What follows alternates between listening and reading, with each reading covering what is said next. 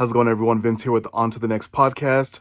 This episode is titled The Broken Pulpit, as me and my friend Joe Alvarado dive into life of a Christian leader, what that looks like, because he is one himself.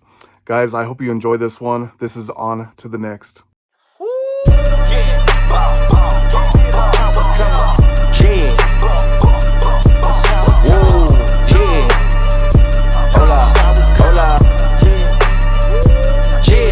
It's been a long time coming. They ain't cuffing my cloth, they tugging it.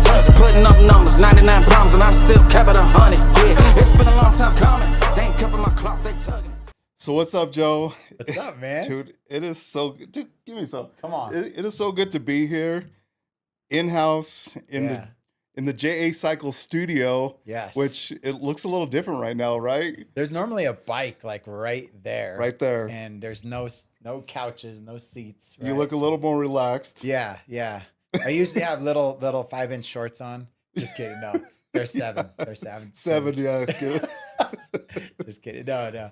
But definitely not jeans in this room. It actually feels weird to have like regular clothes in this room. Yeah. Just because I'm so used to being on a bike. But dude, it looks great. I'm glad. I'm in a little different setting right now. Out in Colorado, doing some work out here, doing some of this work out here. Yeah. And us being able to do some things together. And I wanted you on the podcast again because I did already have you on an episode. Yeah. And I said in that episode that there's so much to uncover. I really covered your journey with the JA Cycle and how that's looked for you. And it's been an amazing journey for you. I mean, you've been able to grow so much, but we haven't been able to, we weren't able to talk so much about your journey as a pastor. Yeah. And the reason why I wanted to talk about it, dude, a lot's been on my heart with pastors. A lot of my prayers have been to our leaders of the country right now. Yeah. And it's not only now, it's been, it's so many years of, I wanted to talk about, and as I said in the intro, this episode is titled The Broken Pulpit because we've seen it over the years. And as of recent, one of our brothers in music ministry, Michael Tate, came under some of the stuff that he is dealing with right now in his life. Yeah. And so I wanted to get your perspective because it's going to be talking about some of your direct impacts and you as a pastor. Yeah. Because over the years, and when I was young, and I know you've seen this too, the first one that we really seen was Jimmy Swaggart. I don't know if you remember when he went through a lot of the stuff that he was going through as a pastor. And I want you to kind of talk about, because you've been in ministry pretty much, it's almost been all your life. Yeah. Right? Yeah. I mean, well, my dad was called to start pastoring when I was 14. Yeah. So yeah, I mean, most of my life for sure been in church and either serving under ministry or serving a ministry. Yep. So starting out with serving under my dad's ministry, and then eventually God calling me to lead my own church. So yeah, I mean, it's just been literally 36 years, something like that. 36 years. Yeah. Yeah. And so I talked to, I had Nathan Sanford on, and he was a great story in a previous podcast. But did you, at the time when you first got into as a youth pastor, did you feel thrown into it or called to it? That's a good question, man. Because now I gotta go back into the archives of my brain, because I mean, on one hand, I kind of grew up in it, so like you either help or you don't. Yeah. But I want to say, man, that I just felt called to do it, we had so much happen, when I grew up in church. When I think about the question that you ask, I just think about like all the growing into ministry, all the moments I where I was teaching you guys, and I was teaching my friends Sunday school. Like I had no idea, Yeah. had never taught, but my mom would give us the curriculum, and I would literally stand up there and read whatever the lesson was for the Sunday, and all of our friends would be in there. And there's one moment, and Carlos, you scarred me, bro. I was gonna ask you this. Yeah. Uh, where I'm like finally getting into it. I feel like, it's several months into, leading this thing. And I'm into it. And I'm like, and Jesus, I can't even remember what it was about, but I start seeing like heads shake and like everybody's about to bust out laughing, and I'm like, this is so not cool right now. I could feel the tension in the room, like any moment, somebody's just gonna like bust out laughing. And then Carlos grabs a paper towel. I think it was a paper towel, and he hands it to me, or a tissue. And I had like a big old booger like hanging out of my nose. Oh my goodness. And so nobody said anything, but everybody was laughing. And then he was the one that I just remember that. I remember that vividly. Him handing me. Was that what you were thinking, or was it? Well, I was another one. I was gonna ask you if you had a moment where you remember one of us giving you a hard time. So all the time. Yeah, yeah. Because there was moments where it's at first because we're just hanging out as buddies doing stupid things, but then God's calling you to be this minister, and sometimes unknowingly, there's things in our lives where we're like, really, God, you want me to do that? Why me? But I mean, over the years, you find out that's why me, Yeah. But at that time, it was like, we're poking like, and dude, it's a bad thing sometimes, but sometimes it's a good thing because it builds up your character. Totally, man. Yeah, because now like a kid cries or somebody runs across like nothing bothers you anymore. Yep. No distractions. Somebody, spontaneously raises their hand during church, and you're like, you just see Carlos's head on this little baby. Like, no, you're exactly right though, because there was so many times, man, so many times. But to continue answering your question, anytime, and I don't know, I guess it's the way that God made me or whatever. Anytime I read something, and in particular the Bible, because that's where we grew up in church, and it made sense, and I was able to connect, like that's how God is, and it's really cool. I got excited to share with other people that same thing. Yeah. Like God, like the rainbow, like that's his promise. The early stories we would learn, and this is why God, sent Jesus, and there were signs of it like way back in the beginning in creation when God, when Adam and Eve sinned, and then God killed or what is it? He covered them with the animal skins, the symbolism and all that, and kind of connecting. I was like, that's so cool. And I always like was super passionate about like seeing other people have light bulb moments. Yeah, because you're like, God has given me this perspective that you felt compelled to share. Yeah. And that's like, that's when you kind of know that God is like pushing you, giving you this joy about what you're doing. Yeah. So, and this is just starting out as a youth pastor. And there's a lot to talk about this. So I want to kind of fast forward into like when you were all of a sudden put in the position because your dad was like, well, we're going to do an English service and a Spanish service. Because I remember we used to go to your church, to your dad's church, and he was doing both, like bilingual services. Yeah. And which a lot of churches still do now. Yeah. And that's awesome. But he was like, we're not going to do that anymore. We're going to do an English and a Spanish. Was it like directly, Joe, you're going to be the pastor? Or I think it was just the group of us he wanted us to do it. I don't feel like he ever said, Joe, you lead this thing or you're going to head it up or anything. It was just, you guys do it, Yeah. And I don't know if you remember early on, we would do like testimony time, and we would run down the aisle and give each other high fives, almost like you were starting an NBA game or I remember something. that. And then somebody would share a testimony like, God did this, God did that. That was like even before we officially launched Yeah. Eternal Rock. Like that was pre that. So yeah, you're taking me back, man. I know, man. And it's like a start of a whole new thing for you. And and there's a lot of learning curve. I mean, do you have any like video of you back? Man, I wish we lived in that era, man. I know Yeah. that's why I ask if, Yeah. I mean, back then it's to date us, it's like we'd be on VHS. Right. So, Yeah. but yeah, it's TBN. I know.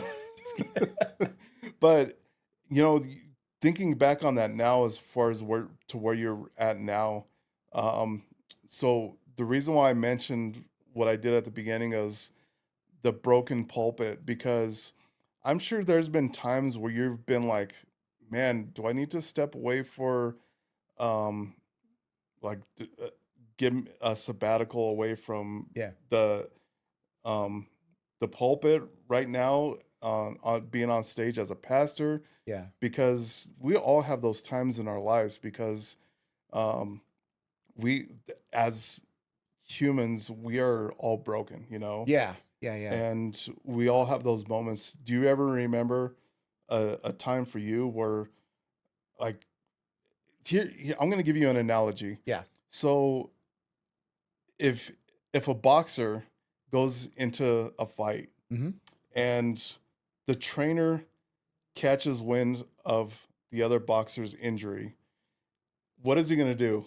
He's going to tell that boxer, Jab him in the rib or whatever. attack his ribs. Yeah. Attack the left side. He can't. His left, his right peripheral vision is bad. Yeah. You need to attack that side. Yeah. And dude, But we're gonna go deep with this, man. yes, and I really believe that the devil will attack you in that way, 1,000%. and say, I know his weakness. So I got to take you way back to Okay. get to all that, because you're right. You're absolutely, that's a perfect analogy, because the enemy is going to do that. But let me rewind the tape, and I won't take long to say this, but when we officially started the church, I didn't feel like it was supposed to be me. And I even got my friend Adam Gomez. Like I said, hey, you come over and teach us on Sunday because you're a great Bible teacher. Tried to throw him in there, tried to do everything but me. And at the time, Sam Rockwell was our district supervisor.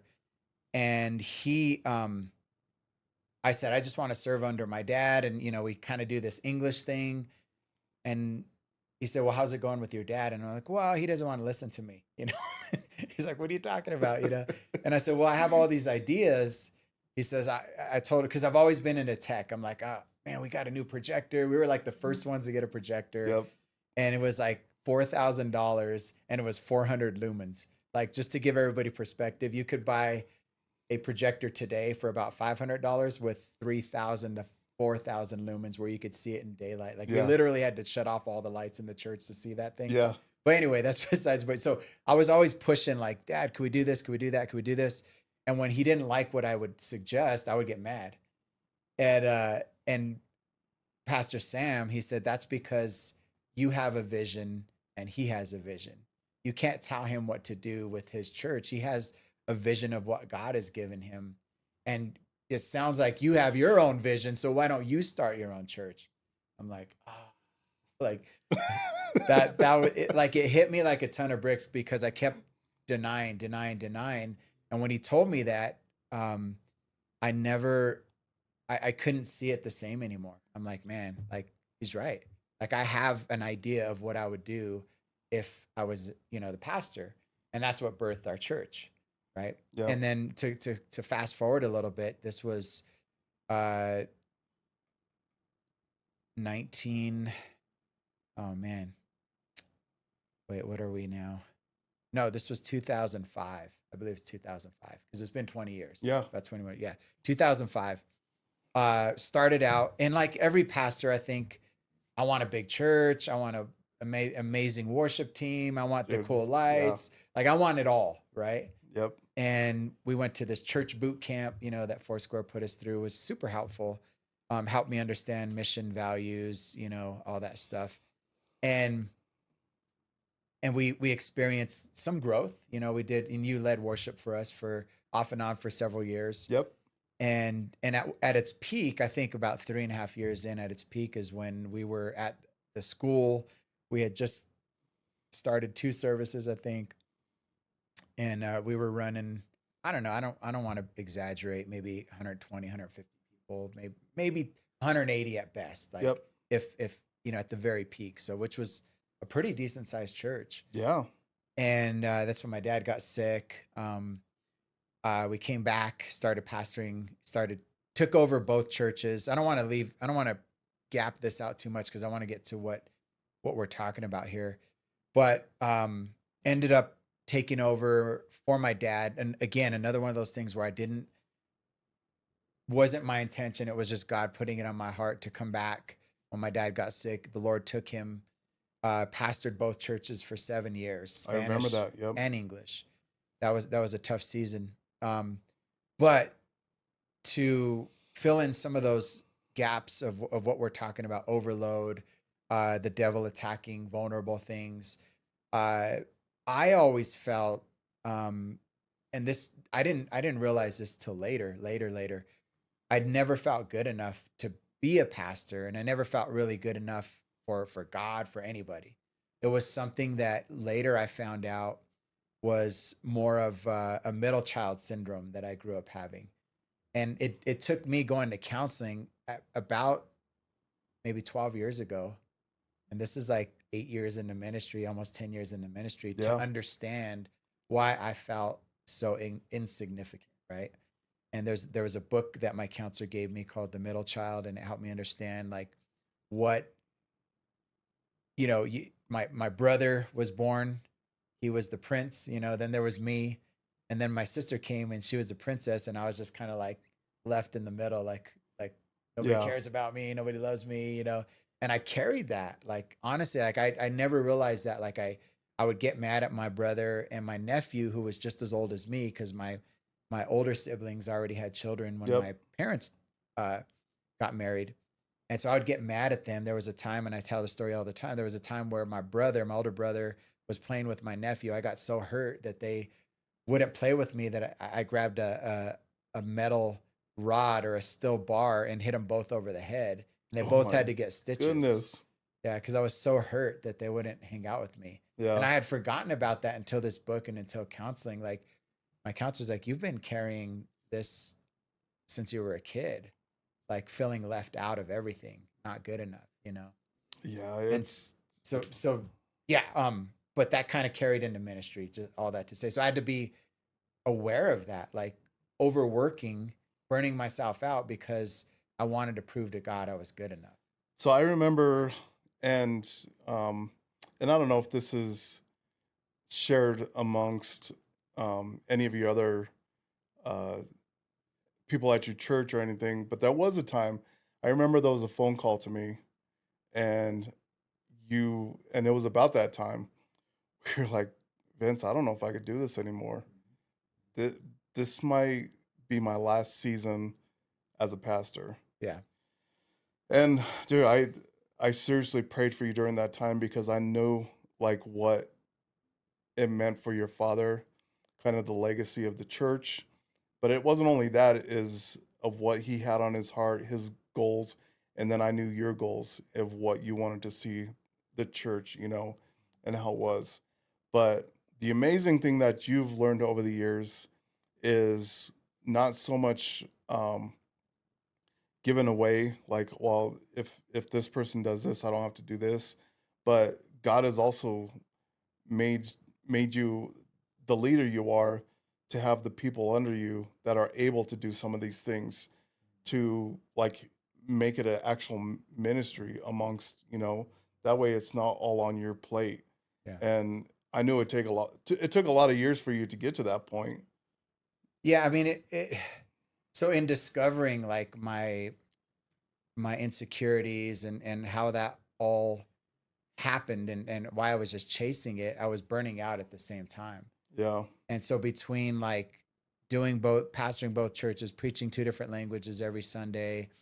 Um, all of that, I felt like I was dragging my family through something. Like I felt like it was unfair to my family. Like I would literally feel bad that I was dragging my son and my wife to church for like almost 8 hours on a Sunday when we all worked all week, Yeah. and we're there before it opens. We welcome the Spanish church. We do a whole Spanish service. We do a whole English service. Then we go eat, and it's like 8 hours into a Sunday before we could even relax, and then I Yeah. would come home and I'd be so exhausted I would just fall asleep, and it got to that. Yeah. And then there were some other moments where I saw other people that were in ministry move on. Like some became real estate agents, some became other business professionals, some became, and the devil like really attacked me with that. And it was bad. It was dark. It was dark Yeah. where I felt like, and here's how it all came together. And this is kind of emotional for me too. And I don't know if I've even shared this part with you, but it was around the same time that we had that conversation that I called you. Yep. Um, I didn't want to do it ministry anymore. And I haven't even told my church this, and I'm okay if they hear this. It's good because I'm very real with my church. But so I started seeing other people move on from ministry, and I almost felt jealous. Mm. I almost felt like, they got out of it. Like, They, I don't know how they that. got it out of it. Yes. Yeah. They were able to get out of it. And I know that sounds really No, that's dark or just, even evil, but or I don't even know. that's like those things that are attacking you. Yeah.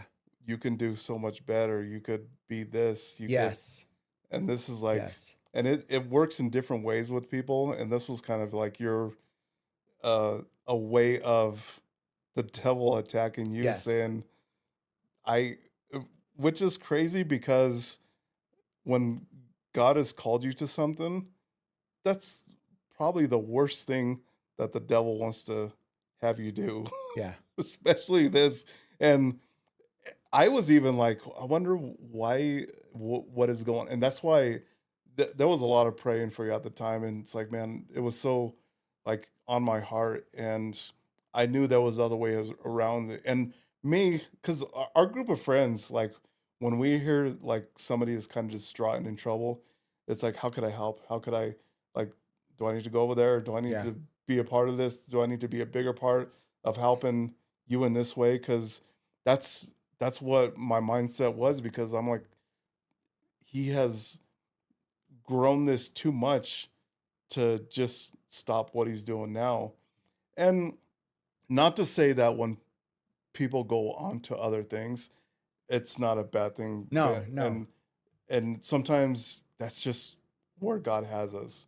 Yeah. But God wasn't done with you yet in this No. ministry. And especially, dude, I tell you this, and I've told this, and I don't know if people have listened to the podcast before, the Kings of Monaco, and hear me say it ad nauseum, but what you've done as far as with what your tools that God has given you, the technical side of the presentation side, dude, it's just so, it amazes me every time I see you on Sundays and think, is you would think you're a church of 10,000 the way your presentation is, which I, and but not to say that who you have at the church, I think that God has placed you in that position in those people's lives, and I don't care how many people are there. God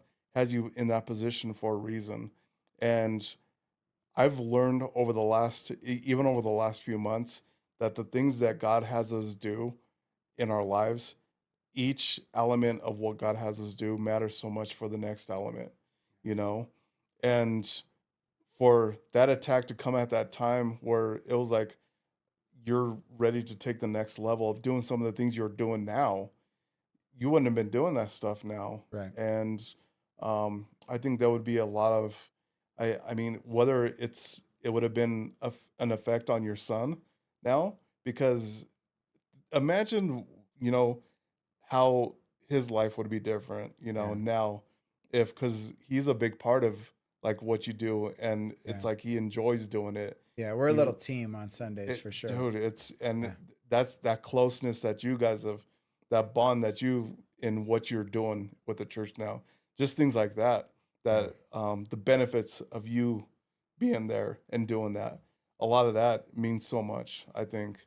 And so I want to get back, and it's it doesn't sound as extreme, but those things, um like I said, I know, if you're listening to this, if you don't know who Michael Tate is, he's with a group called the Newsboys. Well, can I add just a little bit to that before we Yes, move to that? yes, Because there's a key like tipping point yes. that I want to share just to get this on this Okay. and just so I could share it with you too. Yes. Because I was and I hope I don't mess up the flow of the conversation, but I saw people moving on, right? From ministry, and I felt that way. And what broke me was I saw somebody, and I don't even remember who it was. I saw somebody, it was at a concert or at a store or somewhere, and they're like, "Hey, Joe, what are you up to?" And somebody I hadn't seen forever. I said, pastor in the church, blah blah blah. And they look at me and they said, "You're still doing that?" And Wow. and that was like a knife, bro. That was like them taking 5 daggers and stabbing me with it. It felt like, and I know they didn't mean it. I know they didn't mean it that way, but it was almost like, what are you doing with your life? You're still doing that. Like we all left you behind. We all went on to do other things, Yeah. and you're still doing that. I didn't sleep for like weeks after that statement. When somebody said you're still doing that, I And was like, the context of what, especially at that in time. that at that time in that season, Oh, already feeling it. dude, It was brutal, bro. the It hurt so bad. It the hurt so bad. and if you don't believe in um God above, our Savior, if you don't believe in the devil, statements like these, if you don't believe, man, these are the things that are presented to us Yeah. that, and are disable us from moving forward. Yeah. And dude, that has to be one of these. And we've all been at that point where we've gone through these times of somebody coming to you, or you hear it on, hear it through social media, through TV or whatever. Yeah. You hear something like that, and it disables you instead of it enabling you to move. And man, so that breaks my heart, man, for you. I didn't know that you went through that time. That was when I was at like lights out right there. Yeah. That was when, no, I'm not gonna do that. I'm gonna do stuff for myself. And it was crazy because all of a sudden, like, speaking of attacks, like I just went like dark, and everything in me wanted to just do stuff for me. No, I'm not gonna do this. Like I've been serving people, blah, blah, blah. Like it turned to selfishness. Like, what am I doing? I have all these gifts. I can go train and speak, and I could be a GM of a lifetime. I could do all this stuff. What am I doing here? What am I like? It was dark, dark, dark. And it took a while to get out of that. It took a while, and that was somewhere in that season when we spoke. I remember reaching out to LeBeau too. I don't know if I reached out to Carlos or not, but I know I reached out to you guys Yeah. to just kind of let you know how I was feeling. Man, I was definitely praying for you during that time, because when, and I'm sure we know each other. Like when we call each other, and you could just hear it in your voice at that time. So like he's going through it, and I know that it's like when you have a broken brother, it's hard to not want to help. So so yeah, and it's those times that the attack becomes a lot easier Yeah. because, and I, dude, I'm going to tell you this because over these last like 3 to 4 months, dude, God has really been speaking to me. And I'm telling you, it's been pretty open the way God has been speaking to me. And that's why I've, it's part of the reason why I'm out here Yeah. right Yeah. now. Yeah. Yeah. It is part of the reason why I'm out here. And at first, when I took this move, I'm like, there's no way I can't. First of all, you're thinking I can't afford to do this for one. How is this going to happen? And moving along, because there was a timeline for me. Like I thought all this was going to happen like 3 or 4 months ago. So I was like, well, I could do that. And then the months started passing by, and I'm like, what am I doing here? And then in short, like during that time, I started the podcast, and I'm like, what am I doing here? I'm not going to be able to afford doing this. Like this isn't, and God is really telling me, like, just listen to me. And God was like, you, these, a vision of portals came to me, like Yeah. of you could close your portals here of evil and open your portal to me, and things will start moving for you, Yeah. because I will not let things move forward if your portal to evil is going to stay open. Wow. And if you allow that portal open, things aren't going to move in the way Yeah. that I have designed for you, because you're not going to be ready for it. Okay. And that's a huge thing That's because, deep, man. and these are, and I try to make it as visual as possible because I'm a very visual person. Yeah. And and it's like, um, I feel like when you're open to God more, Yeah. He's going to talk to you and give you direction more. He's going to, that direction becomes a lot clearer, Yes. Yeah. And when dude, I was so close to closing off this vision that God had given me, because I envisioned even this moment for us to be here in the studio with one of my best friends and doing stuff like this. And it's not always the way we want it to look, but God has said, I'm taking care of you throughout this time. And I think, I don't know, you could let me know how that looked for you, during that time, because um it sounds like at that time you're like, I'm done. And you start opening up to those visions of selfishness, and Yeah. of, I'm going to self-indulge myself because I'm done with like listening to what the gift that God has given me. Yeah. Well, first of all, like I can see God calling you to do this. I've known you my whole life.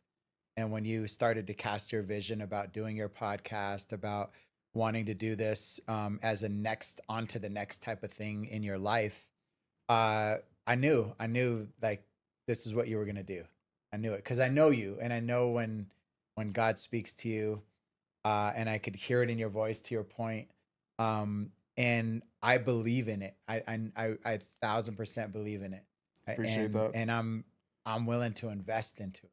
Like Yeah. I want to do whatever I can to see this be Yeah. successful, man. And God's gonna bless it. He's gonna bless it. I don't know how, when, I whatever, but He I already just know, has, yeah. man. Yeah, I'm telling you, man. I should Just rephrase by that. I should rephrase just that. by being here with you, Yeah. it's a blessing in itself. This is so much fun, Yeah. man. This is so much fun.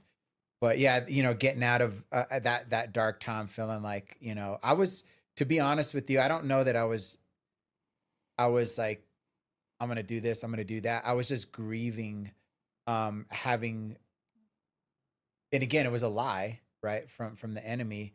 But I was just like, in my heart, I was like, I'm gonna be 50 soon, and what am I doing? What did I do with my life? What did I do?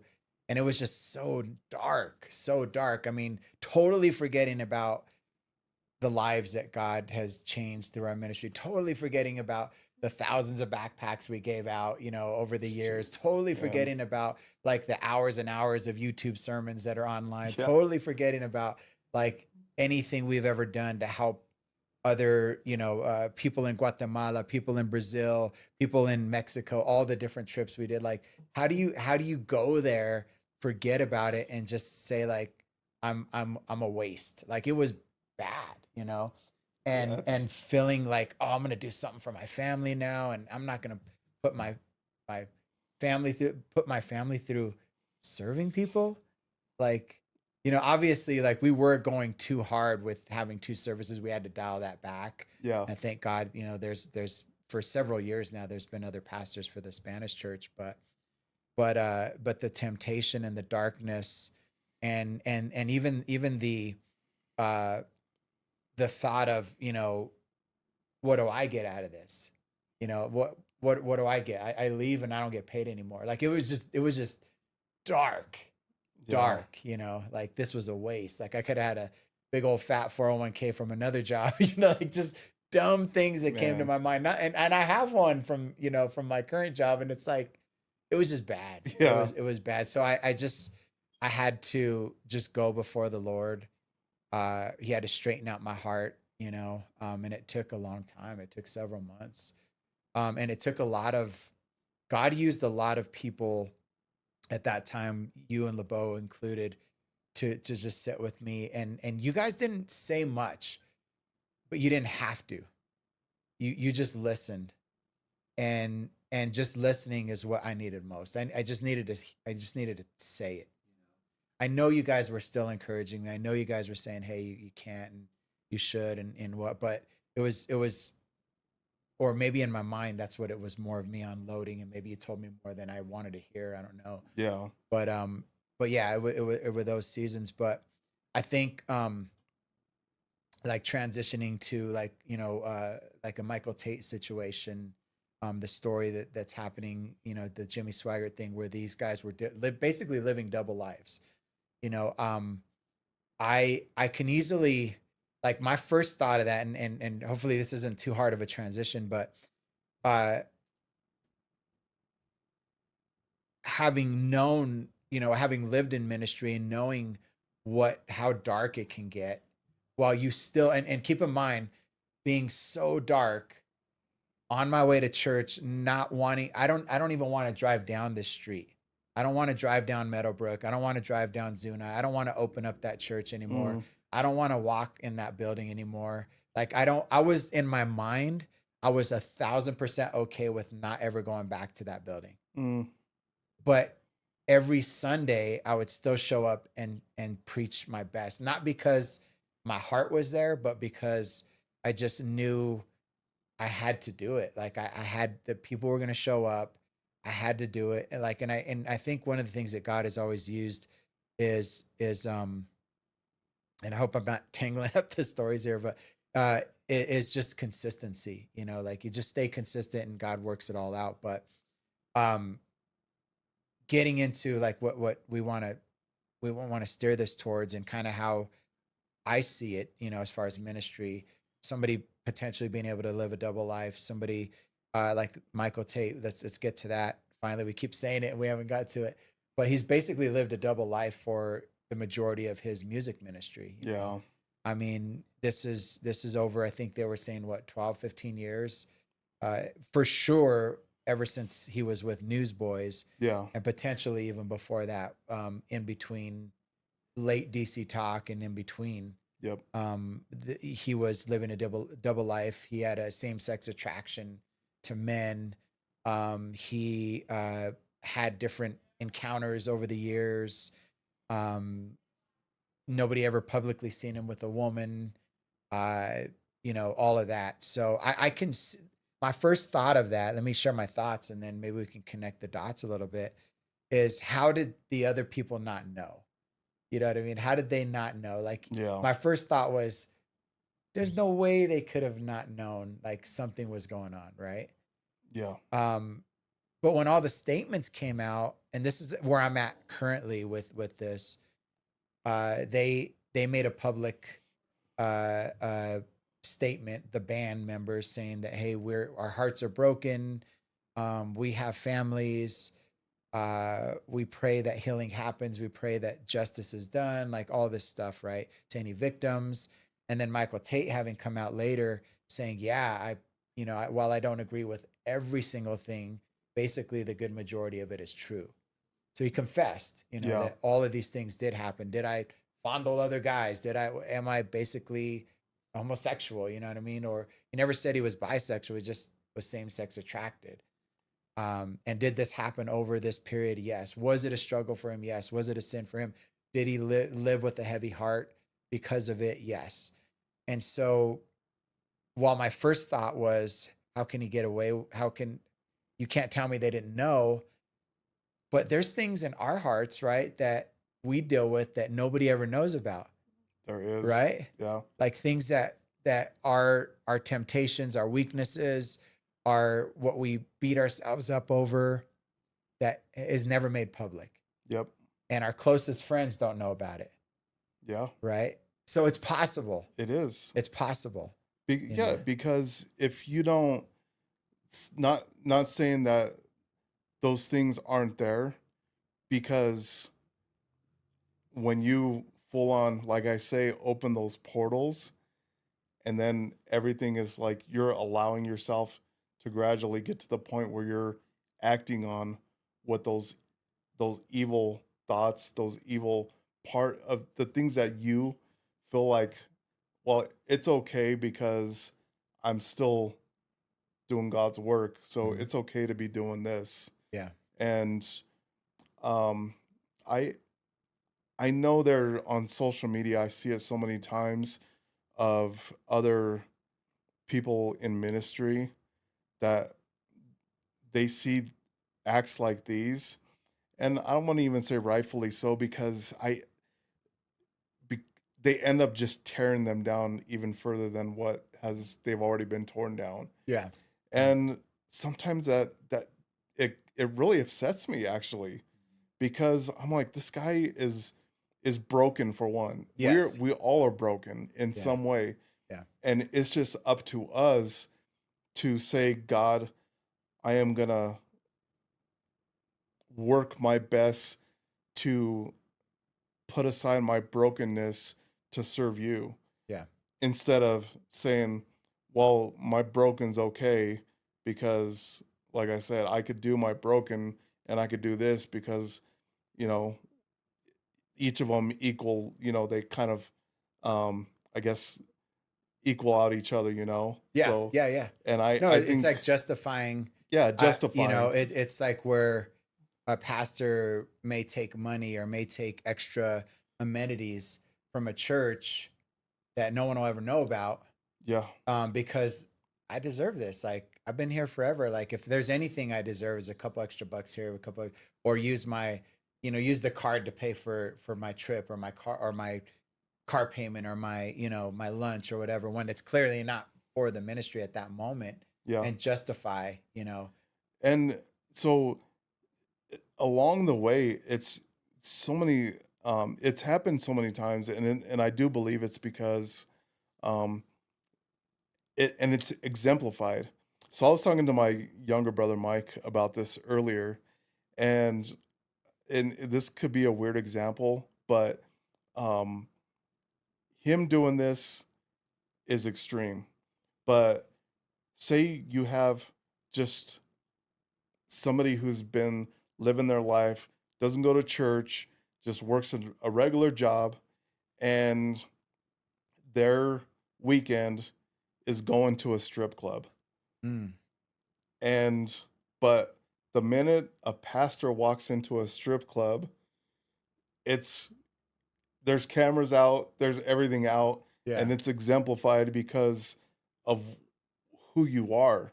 Yeah. And I'm not saying, but trust me, I'm not saying that going to a strip club is right, because I'm just giving an example of the accountability, the way we're that God has directed us, the discernment through His Word that has that we know, because as a pastor, God's preparing you to lead people to his righteousness. Yeah. And like as part of your like job as a pastor, you're studying, you're constantly in study with the word. So you're seeing what has been laid out for you, what is supposed to be your right from wrong, your convictions, what um the way you're supposed to lead by example. And going out and doing these things, sometimes I think, and it's your example is a little different because, and you tell me if I'm wrong, but when you were saying, man, I just need to, it's I need to get away. It's not because some extreme thing that you were doing. You weren't out like fornicating, doing drugs or anything like that. It was just because God, the devil was talking to you saying, you're no good anymore, kind Right. of like taking your Think weaknesses of you that. wasted everything. Yeah.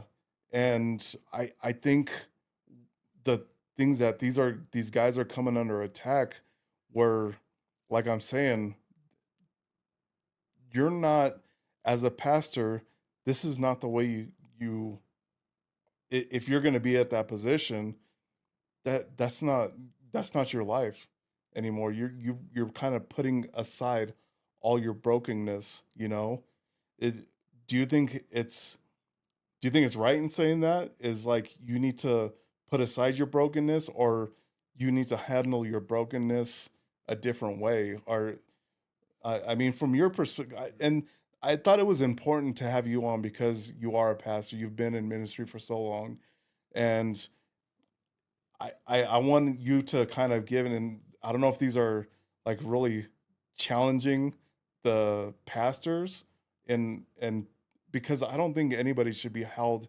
to such a position where if he falls, everybody, it's like a dominoes, if the pastor goes, the church, everything just falls. And it's, I don't know. In that perspective, do you think the pastor is um, held too high, or should he be at that point? Because when I hear things like this, before it was like, man, you want to attack because the ministry it's sacred, but Like speaking of like a Michael Tate situation. yeah. Okay. And even like when I heard initially, like when I was a kid, when I heard Jimmy Swaggart, I'm like, how does that happen? Yeah. But now, as an adult, as 50, experienced in life, you see what the world has to bring, the temptations out there, everything that we see now. It's like, man, it's so hard not to be broken sometimes. Yeah. Or they say the Christian walk is probably one of the hardest walks you're going to walk through if you choose to do so. Mm. So I guess in all of that, Joe, I think the biggest thing I guess what I want to get out of you is, do you believe a pastor should be held to a higher standard? That's like the question that's Or a pastor, or somebody who's in the head of ministry, ministry? a Michael Yeah, Tate, yeah, situation. I would first of all say, I don't know, and I don't think we could ever understand the level of like a Michael Tate or a Jimmy Swaggart, like how that feels to be at that place, like to show up in an arena's full, like week after week after week, and have all of this fame and influence and probably a lot of money, uh, what bigger influences and what bigger temptations and what bigger impact, there is. I would start by saying, like, the bigger the level, the bigger the devil, I would say. We used to say that that's when we were good. kids. Yeah, And the more impact it makes. Because while I would say, I would start by saying, in Michael Tate's situation, although my heart breaks for him, and I think the confession was genuine, I believe the band didn't know. Maybe we'll find out later something different. But it yeah, seems like they just didn't know, and he literally was living a double life.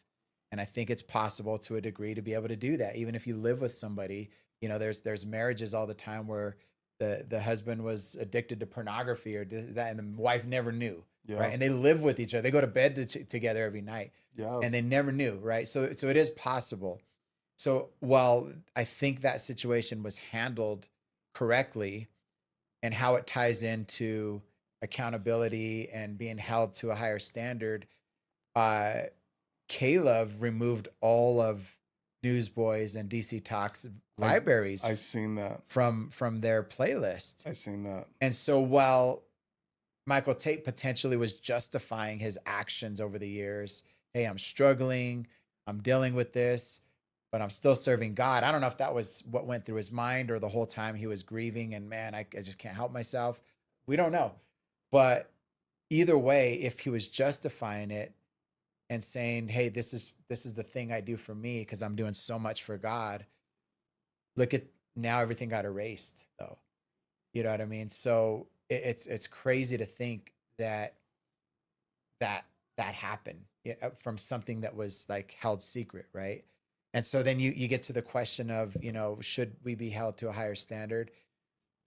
Yes, I think so, but I think that can be misused too or abused, that type of, Like everybody's looking around the corner waiting for you right. to just do Because here's something. Here's the thing. I'm gonna be honest with you. Like there's two things happening anytime I'm around family, maybe not at such a deep level, but for sure friends and for sure colleagues and people at work and things like that. Okay, so I'll give you an example.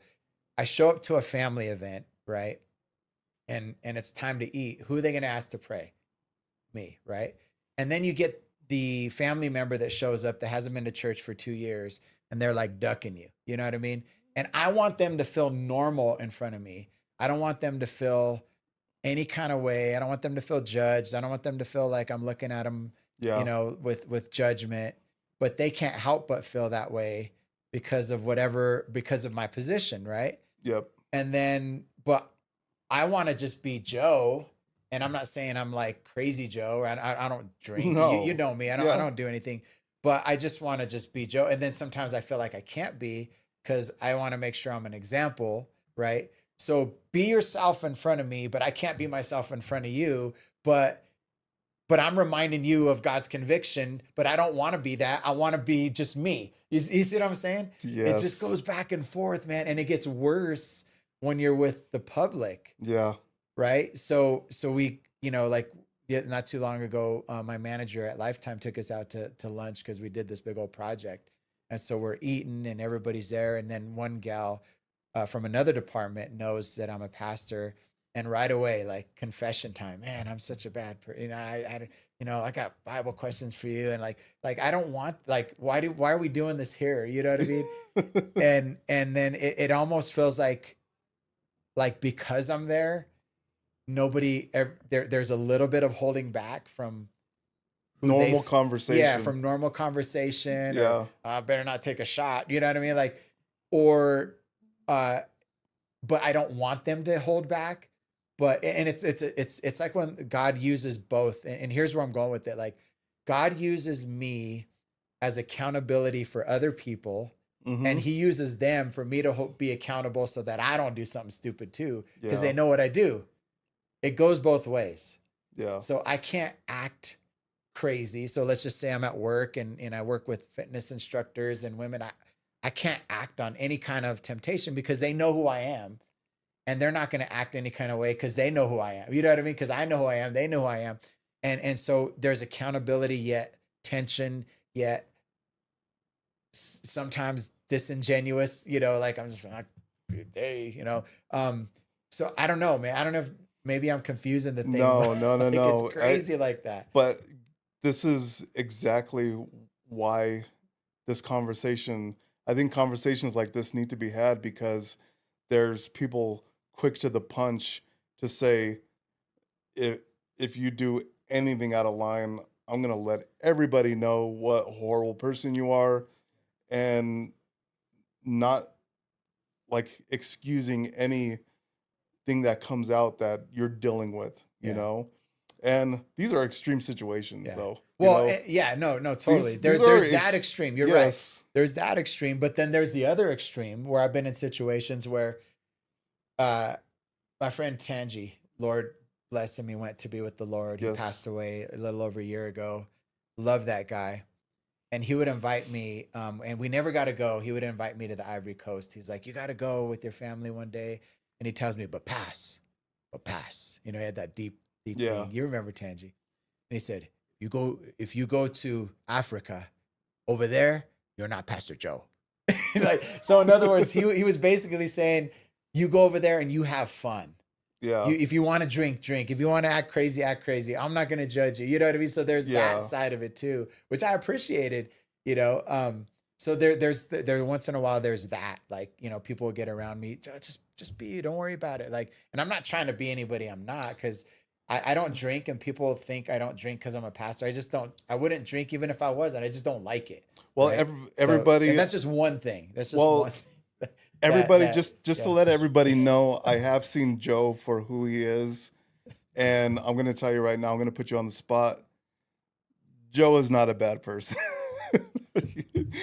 Maybe up here, like up here, I'm a bad person. But you thought I was going to say just use no. I'm telling you, like, being able to be yourself and be genuinely who you are, and I think people are so quick to, like, even if you have the slightest slip up of anything, you know, people are so quick to, well, he said this, well, he took this out of context, or he did this, and because of the role you're in, you know, and like you said, the higher the level, the bigger the devil, and those people who are, sometimes I feel like they're justified in what they're doing. I'll tell you right now, I don't like it at all. I don't like other Christians attacking other. If you're gonna attack through prayer, and give those people encouragement. Amen. And let them know, because like, attacking them in a way of hostility and bring them down even more, because, like, Michael Tate, yes, what he did, it's wrong in what he did, especially when it affects somebody else's life. That's wrong.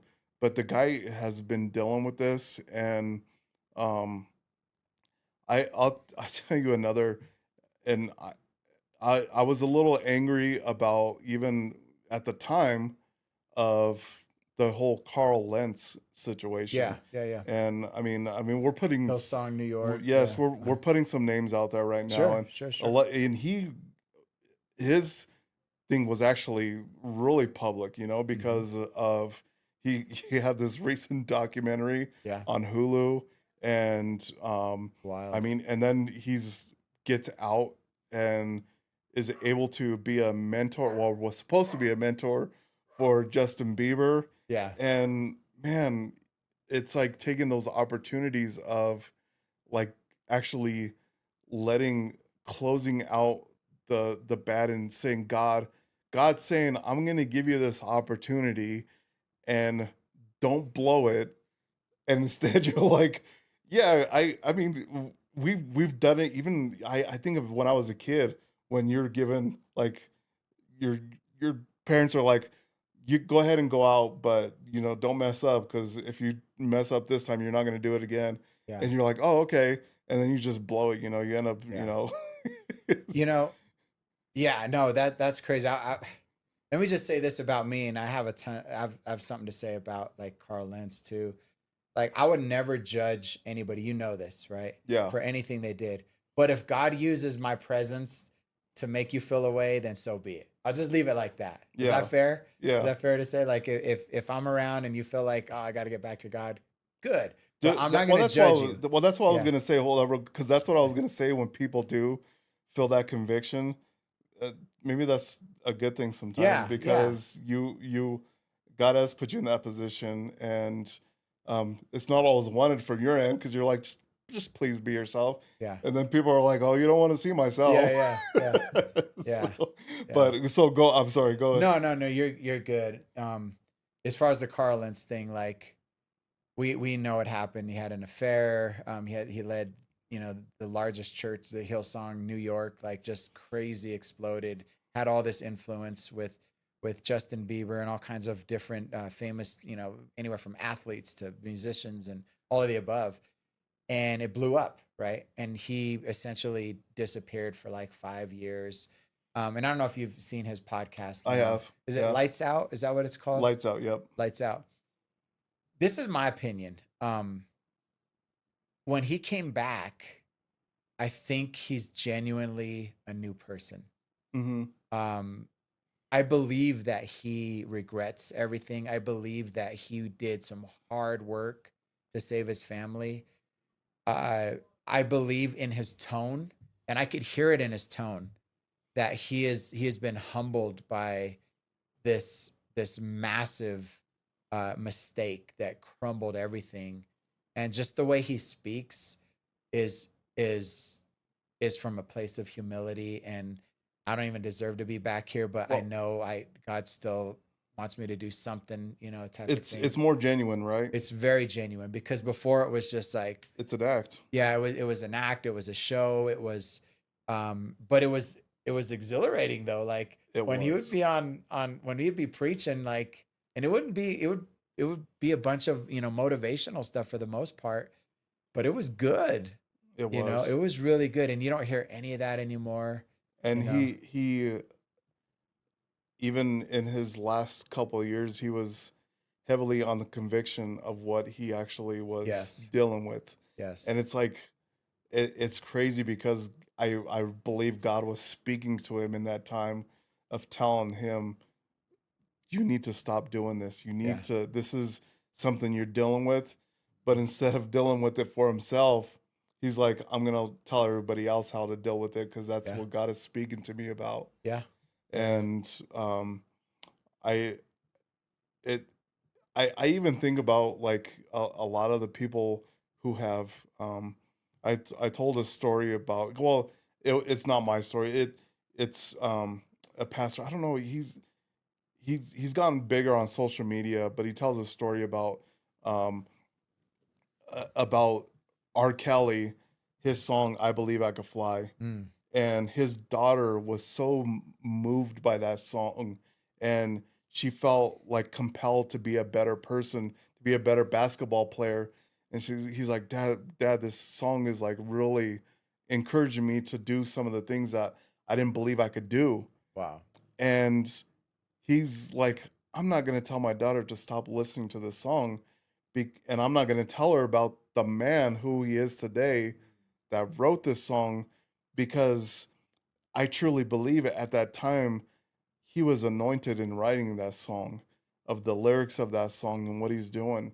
And so, and it's so horrible the things he did.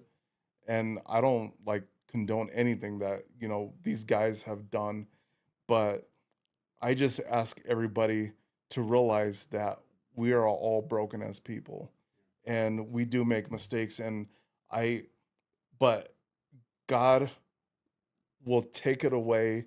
And it's just like what our parents tell us, I'll take it away as quick as I gave it to you. I'll take it away from you. And that's kind of what, even in the season that I'm going in now, it's like I feel like God is telling me, I'm going to give this to you, but don't test me because you're too old for that, for one, and I'll take it away from you as quick as it's given to you, Yeah. because there is too much stuff out there that could easily take you away from it Yeah. and take away our focus and what everything. And the discouragement, whatever it may, even the stuff that you went through, that will easily take you away and take you to some of the dark places, some of the brokenness that you've had to deal with over the years, that these guys are dealing with, that they've had to deal with. And but the rise of them has been taken away.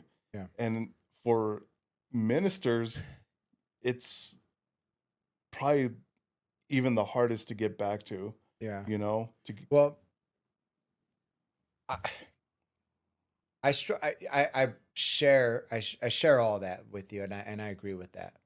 But it could get a little like, trying to figure out how to explain this. The way we the way ministers who fall are treated, right? I feel like we should have mercy and grace and all of the above, right? Yes. And still value what they did. So for example, again, I don't know how I feel about Caleb removing the libraries of Newsboys and DC Talk. I don't feel like it was necessary. It's still God's word. It is. It's still anointed. Those It's songs still, were still anointed. so let's take it from a biblical perspective, just real quick. I know we've Okay. been going for a little Yeah, bit, but that's what I. so you have countless examples in the Bible. Let's just take King Solomon for one. How many wives did he have? Like 70 wives, right? He was essentially in bed with a different girl every night of the year, right? A different wife, maybe a couple of couple of nights, couple of nights, whatever it was. God didn't condone that, but the Bible talks about what really happened and how they lived in the culture of their day. Yeah. But yet God still used him, and we still have it in the Bible. Yes. And we still look back and we learn from King Solomon, even though the way he lived wasn't God's best, wasn't what God wanted. God didn't condone that, but the Bible, one, tells the truth about what really happened, which makes the Bible really legitimate, in my opinion. Yes. It's not trying to just highlight all the cool stuff. Yeah. It's very real, right? But yet Solomon had all this wisdom to share with us, and we live off of that, and God considers it his word with somebody who lived the majority of their life outside of God's will for relationships. Yeah. You see what I'm saying? Yep. But yet we get a Michael Tate and we're like, don't remove all his music, as if that wasn't as if it didn't bless us growing up. Yeah. As if all the what's the songs, Breakfast in Hell or whatever, like all those old school Newsboys songs. Yeah. Like they were great. You know what I mean? They were so good. Well, that was pre Michael Tate. But God's Not Dead, that's still a true song. The song, right? DC Talk, What If I Stumble? What if I stumble? Yeah. Like I believe in the Holy Spirit. I believe the Apostles' Creed that they sing. That is a powerful song, and it's not true. Yeah. Right? Just because he lived a certain way doesn't make that song not true. It's like somebody who gives 10% and they don't serve God, but God still says in his word, and this could be argued or whatever. Let's just say they're generous. Let's forget the tithe, because that could be another conversation. Let's just say they're generous with their money, and God says, hey, if you're generous, I'm going to bless you. And they don't believe in God, but they're giving away money to different outreaches, different things, and they're blessed. They're blessed because it's a truth in God's word, not because they have to believe in God and have to do it. They're doing something that God says will bless them, even though they don't even believe in God. But because God can't lie and his word is true, even if you don't believe in him, they're still being blessed. Does that make sense? It makes sense. Yeah. So then you got there's countless stories. I'll give you one more story that's crazy. Blew my mind a while back. You have Joshua and them, and they're getting ready to go to Jericho. And remember the whole thing, they send spies, right? Send spies, and there's two Israelite spies in the prostitute's house. I can't remember her name now. I should know this stuff, Pastor Joe. And they catch wind that there's some spies in inside of Jericho, and they go knocking on doors, and they knock on her door, and they say, hey, we're the Israelite spies. She goes, oh, I saw them, but they ran the other way, right? So think about that for a second. She lied to save them and to save herself. Yeah. But a lie is a lie, right? Yes. So God used the lie to save his people and to save her. and everything broke down except, remember the walls caved except for her part of the wall? Dude, you're ruffling some feathers right now. And it's based off of a lie. You see what I'm saying? Yeah. And then but we got people pulling music volume libraries out for something that somebody struggled with, that confessed, that is still biblical truth, bro. Yeah. Come on. I know. What are we doing? But that's what I'm saying. That's why I gave that example of that R. Kelly. the horrendous things that he did Yeah. as a person, he's getting what is I believe he deserves right now in prison and what he but the way his song still reaches because that song in particular, dude, it's an anointed song. You listen to the lyrics of that It's at song. all kinds of funerals still, Yeah. you know. And I just think that even Carl Lentz, Yeah. those like I said, those sermons that I believe God gave him those sermons. I believe that God gave him for him, Yeah. but he was conveying his brokenness into Yeah. those sermons. Yeah. So they And they were reaching somebody dude, at they were that time. reaching They were reaching thousands, let's be so honest. so he's given biblical like perspective on marriage, Yeah. on what you should be doing. And that's why it hurts so much when people are like, why is he giving these messages about adultery, fornication, and all this other stuff when he's dealing with it himself? Yeah. And I truly believe that God sometimes those broken messages are some of the things that God puts on our hearts, and but sometimes it's us our brokenness like holding back, and because I think like you said, there's things that we deal with as people as individuals that God deals with us every single day, Yeah. and it's the way we choose to like not act on that brokenness or act on it, and unfortunately for like I said, I pray for the dude. I mean, Yeah. he was such a big part of our lives in ministry, even Michael Tate in music ministry. Um, Yeah, I just think it's unfair that, let's say one day I make some big bomb mistake, whatever, that everything I ever did would be erased yeah. because of that. I think it's unfair for him. I think it's unfair, you know. Well, We don't we've condone it. We don't, you know what I mean? None of that. But I don't know, man. I feel like it's a little unfair and unbiblical, yeah, to be and that's honest. where there's people in my life, even current people in my life. I'm not gonna say, but that and sometimes it takes more time, and I want to be careful because but sometimes it takes more time to um, not so much forgive, but just to kind of like open up that like trust in the bond that you have as friendship, or if things that because we've had friends that have done stuff, but we're like, you're still my friend, you're still Yeah. close friends of ours Yeah. that have done stuff Yeah. where we're like, man, but you're still you are who you are to me still, and um, I want you to succeed in life spiritually, mentally.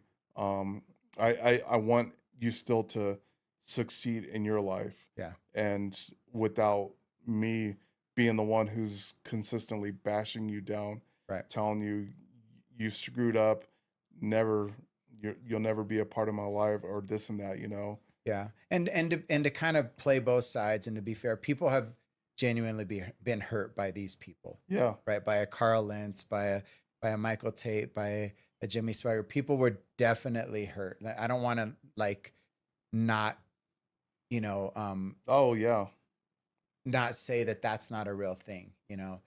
Um, but again, I go back to, and my heart goes out to all of them, just like the band members said, hey, you know, we our hearts are broken for those who were hurt by this and the victims. And should we be mad? yeah, Yeah, yeah, yeah, we yeah, should we should be upset that he he's doing these things. Yes, but yeah.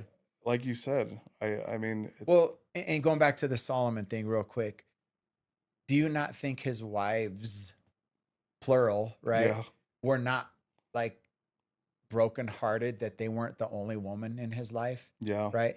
And they had to live like that. And maybe they thought it was just part of the culture, but human nature says, I wish I didn't have to share, right?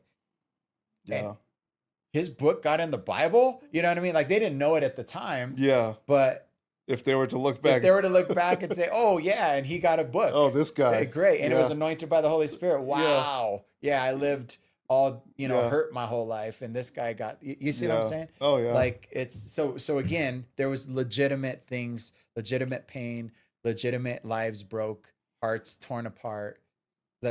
We have to, say that. We have to acknowledge that.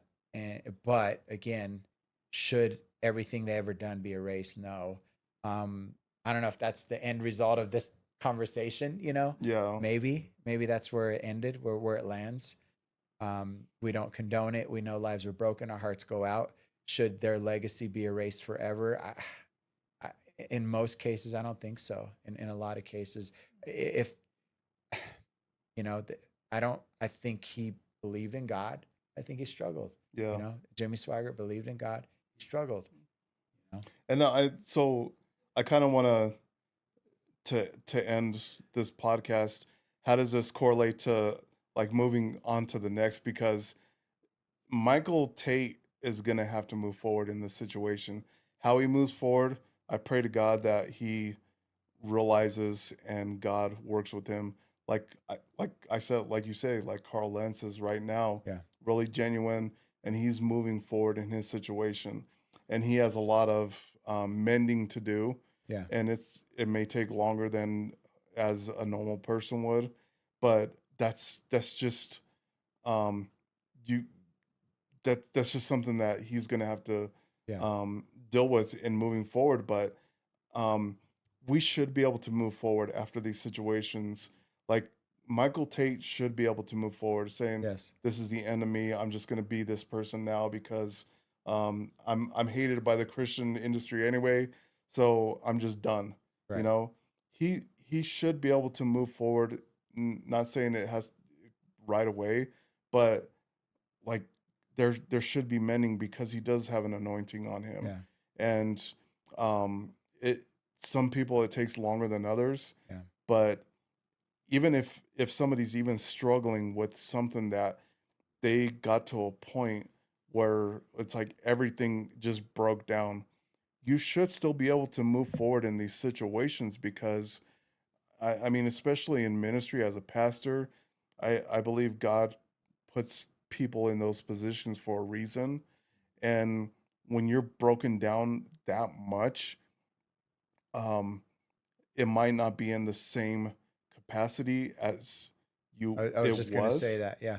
But even if it's breaking down to like, I got to just get back to the roots and to the basics of because what I'm saying might not be believable right now, but I know if I'm really true in my convictions and my or asking for my forgiveness and my confessions, repenting and my repentance, then people will eventually see it. Yeah. Just like and I'm the same way.